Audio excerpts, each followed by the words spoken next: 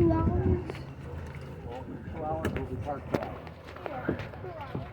We go for Bettini. I'm the captain of the LETTIE Howard. Before we get underway, I have a couple of safety items to go over with you. So, first off, there is no swimming on this trip. Everybody must stay on board the entire time. Captain. Now, if someone does go over the side, I want everybody to yell out "man overboard." I'm going to try that right now. Ready? And Man overboard. all right. Don't say it again because it freaks me out when people say that. Now, if you go over the side, you don't have to wait for us to say that on the ship. You can say it from the water. In fact, I'd appreciate that. And if you do see someone in the water, throw a life ring at them. So we have a life ring over here on the starboard side. We have one up forward, one back here by me. So you'll very much appreciate it if you're the person in the water. Now, I've been doing this for 29 years. Nobody has ever fallen over the side. I'd like to keep that streak going.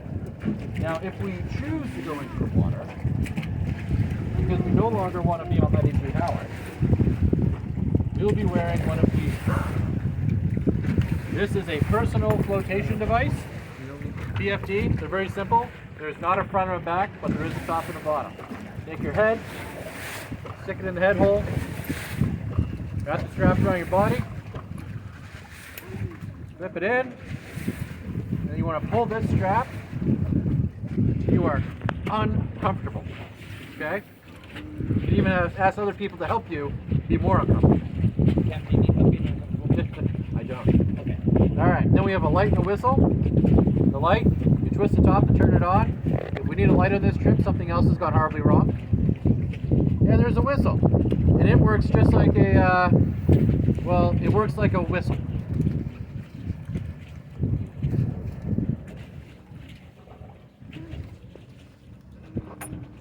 Now, if we do put one of these on, the goal is not actually to jump into the water. It'll be to go into one of our 2 life rafts. So we have raft 1 over here on the starboard side, raft 2 over there on the port side. So I'm in raft 1, that's the party raft. If you don't like to party, you're in raft 2.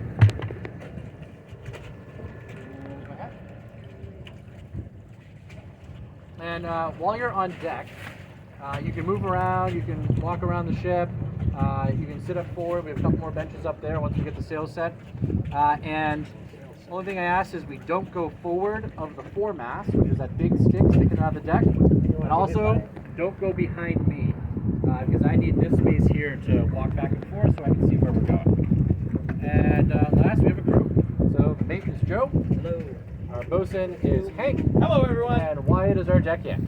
So, Hank, you gotta untie us. anybody want to go sailing? I do. Good. All right, so when we get underway, our goal is to set all of our sails. We're going to need some muscle. We're going to need some help from all of you to help set this big thing right here. So, we'll explain that once we get underway. So, get that. All right, let's do it. Go to quarters. Get a quarters. Gotta set the sails.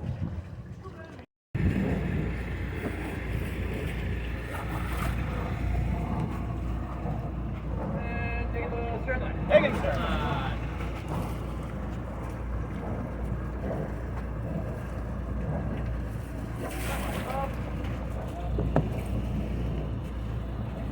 Taking the midship string. Taking the midship string.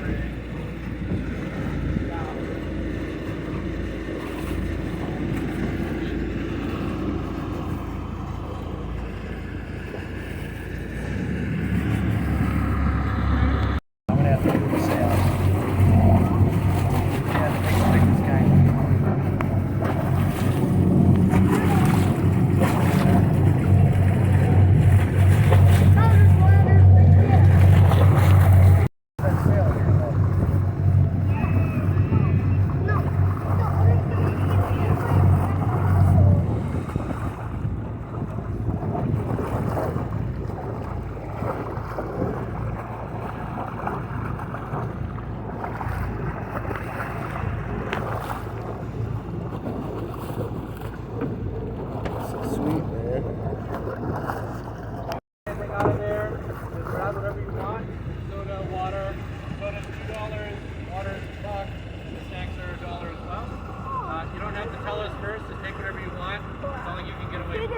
Just finish those close out when you leave. Excuse me, again. Only 20 feet of water right now. All right. So, as the captain mentioned, we're going to need help setting these sails up. So, we're going to talk about how we do it. The mainsail, which is right here on top of all of us, is controlled by two halyards. A halyard is the rope that pulls the sail up. This one here is the throat halyard on the port side of the ship. It picks up the front of the sail. I'll take that. Over here on the starboard side, we have the peak halyard, which looks like the back of the sail.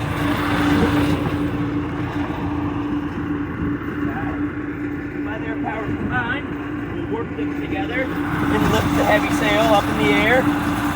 When you get up to your halyard, there will be a crew member at the head of the halyard who will be leading the pace and giving commands as they come. So you're going to listen for 4 commands. Actually, what you're going to do first, you get a good stance. Get the rope right at your belly, and then listen for the first of our 4 commands. The first command is haul away. And that's exactly what you think that means. It means to pull. Hand over hand over hand. Always resetting with the positive hand, because if you try to reset with 2, then we've dropped the big heavy thing on captain's head, and we don't want that. So hand over hand, always resetting with a positive grip. The second command you're going to listen for sounds like a pirate word. It's not a pirate word, it just means stop. So if you hear avast, dig in and hold, don't let go. Avast, stop. So, you have haul away, you have avast, lean into it, dig and hold, don't let go. The third command is ease up, and that means give it back to where it came from. It's big loops. So that way, remember the head of the line is make fast, which means tie it off in such a way on a belaying pin that it'll hold the sail up aloft. So we have haul away, avast, ease up. The fourth command we're going to listen for simply means to drop it. So if you hear the words come up, put your hands up. Drop the line at your feet. That means the sail is now set. You don't have to hold it up there anymore. We'll go over it one more time. See that steady for every day.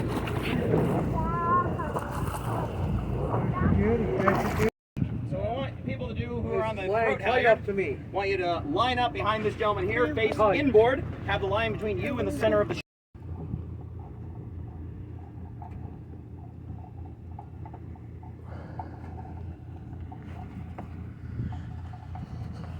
Halyard back! Keep. Throat halyard, haul away! So we got it full, Joe.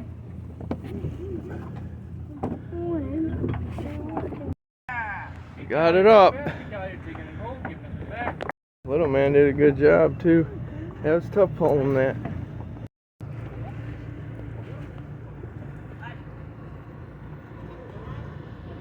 So we got him up.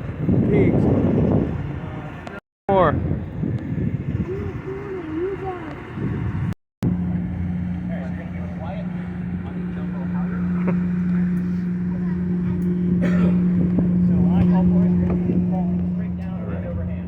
Just like any old other potty, except for Oh, there's a 30-foot buoy out there.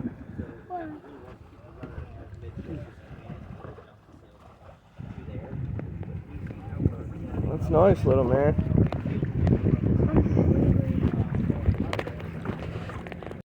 This is dope.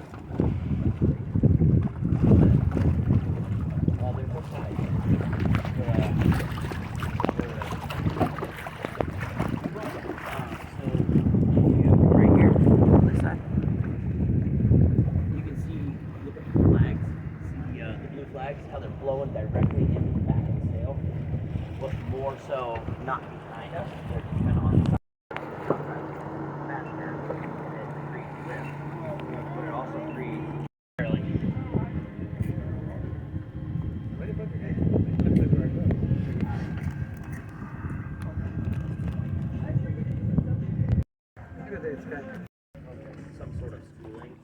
Now push it up. Well, you guys train people how to sail. Oh yeah, yeah, yeah. We all, I mean, we've all started as volunteers. Were you in the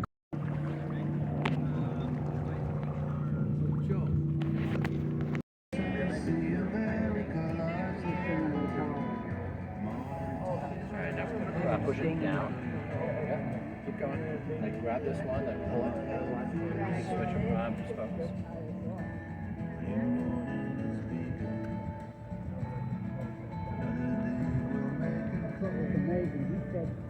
Now stop there.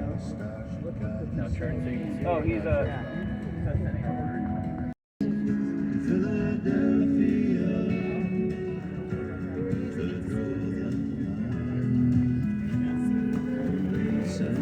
Yep. Stop there.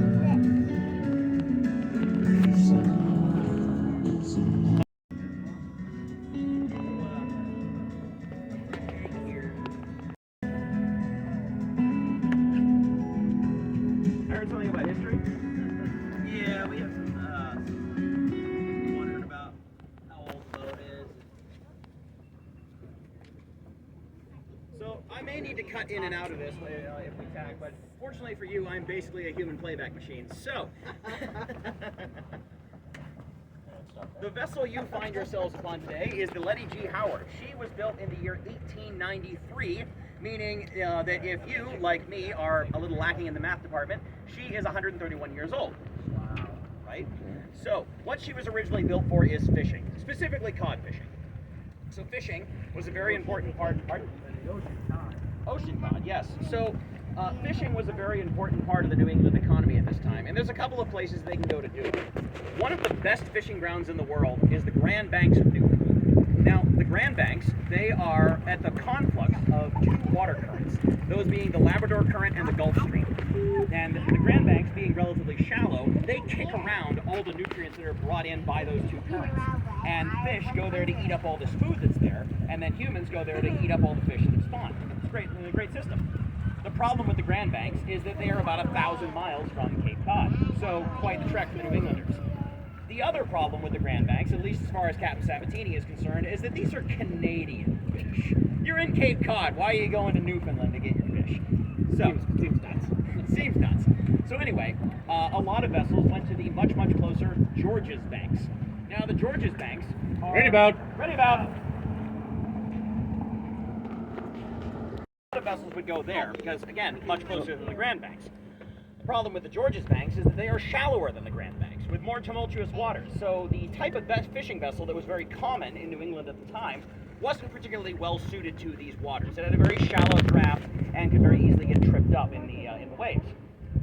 Just to put numbers on things, between the years 1866 and 1895, the town of Gloucester alone lost over 300 schooners and over 2,400 men. So fishing was, and honestly continues to be, a very dangerous profession. And in an effort to stem this loss of life and property, basically a challenge was issued to come up with a better schooner, one better suited to the waters of the Georges Banks. Among other people, a man by the name of Edward Burgess took on this challenge. He was the designer of the previous 3 America's Cup winners, and he designed a vessel that was more or less a scaled-down version of a Grand Banks schooner. It was shorter, he made it very wide and very deep, and that vessel was called the Fredonia. Now, the Fredonia proved so good at navigating the waters of the Georges Banks that the New England boat builders just started copying the design. Lettie is one such vessel because she is a Fredonia schooner because she was built using the same plans. So, Lettie was built on commission of a man by the name of Fred Howard. Now, Fred Howard, he had a daughter.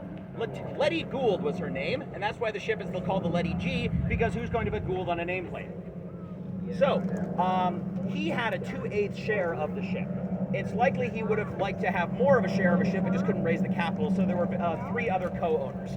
One of whom was the shipyard where Lettie was built, the Arthur D. Story Shipyard. This was actually a pretty common practice that they would keep a number of shares of the ship, particularly when they felt payments for the ship couldn't be made on time. Boat builders going to get their money one way or the other. So Lettie fished out of Gloucester, and she was after cod. Now, cod are a predator fish. They don't school together for protection, so nets aren't really going to do much to get them. No, they're fishing with baited hooks. So what they do is they race out to the Georges Banks. This big mainsail here, this is the turbo. This is what gets them out there real fast. Then when they get out there, they'll actually take this sail down and put up a smaller sail called a trysail. and they'll go trolling along at between 1 to 2 knots. And then they have this very long line with a lead weight at the end. They huck that over the side, and that line has about 200 or so odd hooks on it. So they'll let that line pay out. And then when they feel the line is sufficiently fished up, they'll haul the line back in. If there was a fish on the hook, they'd take him off the hook, whack him on the head with a wooden club, drop him on deck, which is honestly how Captain Sabatini got me on board in the first place. So, when the deck was so full of fish that it was hard for them to move around, that's when they would actually stop fishing and start cleaning the fish. They wanted to get as many fish as they could on the deck as possible, so they wouldn't worry about things until it was hard to move around. So they would gut the cod, they would save the organs and the intestines, that's what they would be using for bait. That would be stored in this these durry boxes here. I guarantee you it smelled awful. No. I don't think anybody gets That's wordplay. Anyway, no, awful is a term for fish guts. So they were storing fish guts in here. There it is.